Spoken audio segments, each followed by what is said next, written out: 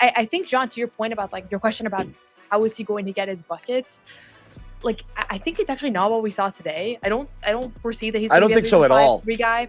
He was 1 for 7 from inside the arc. Slasher, cutter, penetrator. Yeah, maybe. I think that's where you're actually going to see him get more of his points. I think of the Bruce Browns. I think of the Christian Browns, the guys that we've talked about that he might compare favorably to, and they're guys who cut, screen and roll, do a bunch of different stuff, push the ball in transition. They pretty much just find ways to get involved offensively, and especially for a guy who doesn't project to be a great shooter. No, I don't want to rule that out because he's 19.